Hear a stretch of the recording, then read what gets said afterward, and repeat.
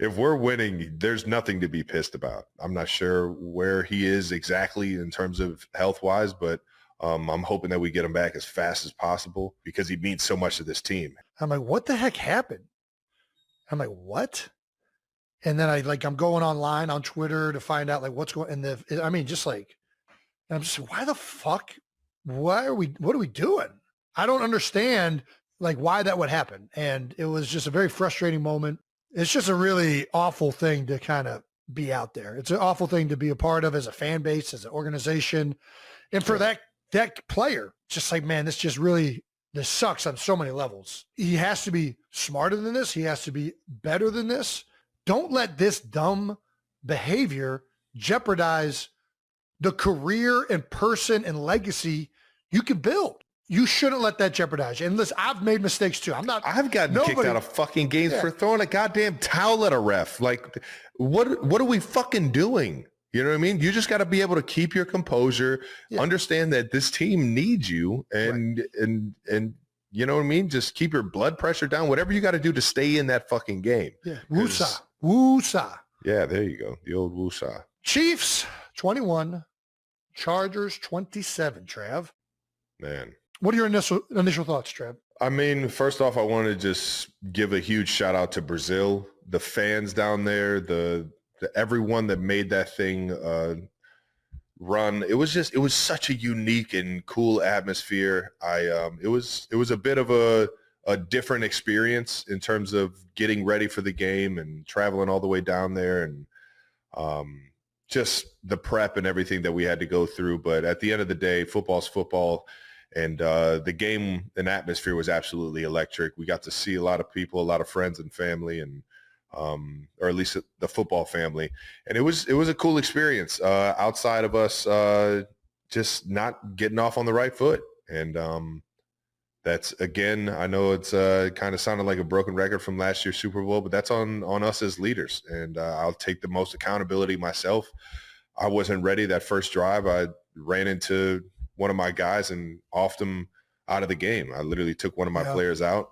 That's one of the most frustrating parts, and it's hard to get your juices back going knowing you just hurt a guy. Yeah. It's just it's a frustrating way to start off the season, frustrating way to start off the game. But you could take some good from that second half, but at the end of the day, man, we just got to be able to win up front, be accountable on the back end, and be able to, start fast and finish stronger, man. Well, you brought up the Worthy play, and I think that's the one that was the most jarring early on. For those of you that haven't seen it, we have a clip here. I guess when I was watching this, I don't know. And I think obviously this is a rub route concept. You guys are trying to run routes close to each other to throw the DBs and have to make them alter their course. How does this go wrong? Who's got the right of way at the stop sign here?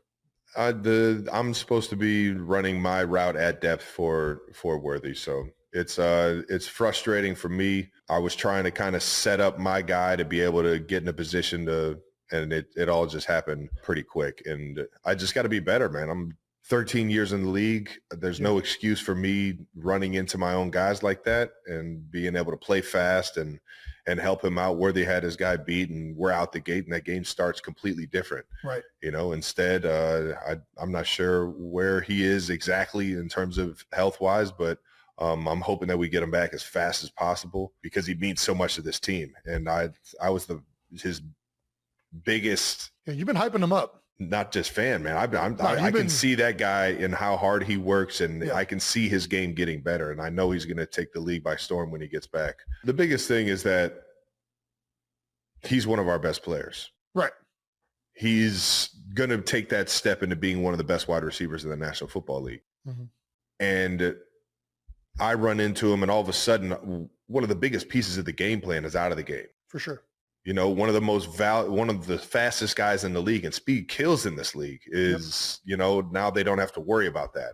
Right. Thankfully enough, we had Traquan Thornton and Hollywood Brown to, be able to step up in those situations. Not that they weren't already in the game plan, but obviously you need to fill those spots. Guys got to step up. Juju Smith-Schuster had a freaking great game. I fucking love Juju, man. Yeah. He helped save that offense in a lot of different ways, man. I just love having that guy as a fucking teammate, man. And Yeah. I think, yeah, I mean, it's frustrating. Whenever you lose a guy that early, you run the plays that are called, but the coaches all week are trying to design specific things around the skills that each guy has and the players that they envision at those spots. And like the personnel groupings and all that stuff goes into a factor. And Worthy has such a, whenever you're unique in one thing, coaches are going to try and design things around that unique talent that you have. And Worthy's happens to be one of them, is that he's insanely fast and quick. So you have all these things in, and you want those to be a big part of your game plan. And all of a sudden he's out in the first series. And same thing happened to Philadelphia. Ben Van Sumeren, who, listen, not a lot of people know him. Like, this is a guy that everybody was excited about. He's a great special teams player, and he's been playing fullback now for us. He goes down opening kickoff. I don't know how many plays are in the game plan, but you got all these plays where you're anticipating to have a fullback available. And now, like, he's gone like that.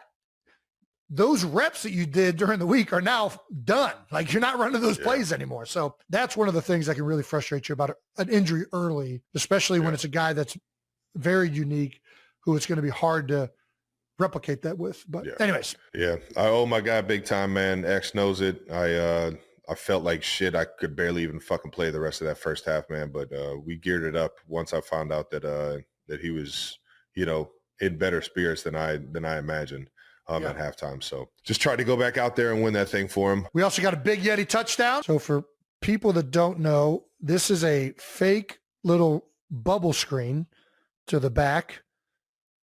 Trav is going to act like he's blocking kind of, although it didn't look like you guys really sold the blocking aspect as much. You're just kind of like moseying off the ball and then you kick it into second gear. I know you probably don't want to get into. I mean, it's exactly what you were saying it was. Okay. And I saw the flat defender go with the back and the corner latch. And I just said, let me get out of here. Let me go. Let me catch them while they're not thinking I'm going deep. Nice. Big Yeti can still scoot into the end zone, baby. What's with the bull? Baby. What's with this touchdown? We had a lot of questions about the bull. Don't care, baby. It's bull a mentality, don't care. Man. Bodacious. Bodacious effort, baby. Bull don't care, baby. We're down, but we're not out. That's a Eugene Chung staple right there. There you go. Hell yeah, baby. Coach Chung. Oh, yeah. Shout out to Coach Chung, man. And Coach Andy Heck, baby, for continuing. He's keeping it alive? Right. Oh, yeah. Perfect. Oh, yeah. What are the takeaways after week one? Week two, where are the Kansas City Chiefs at? What are we trying to make sure we fix? Motivated football team. A motivated football team going in against the team we just got beat by in the Super Bowl. A team that we feel like we didn't play our best, and coming off a week where we didn't feel like we played our best. So we got to fix a lot of things, both offensively and defensively, and we got to get this thing fucking going, man. We got to get this train fucking running a little bit more. And the biggest thing for me is energy, man. We got to come out with fucking energy. And I know Arrowhead's going to bring it. It's going to be fun to feel that atmosphere. But unless the players are on the field doing that, Arrowhead's not going to be a fun atmosphere, man. So we got to fucking bring it, knowing that we got one of the best teams, or the champs, coming in. Yeah. Shaquille O'Neal says he can't wait for his pal Travis Kelce to marry Taylor Swift.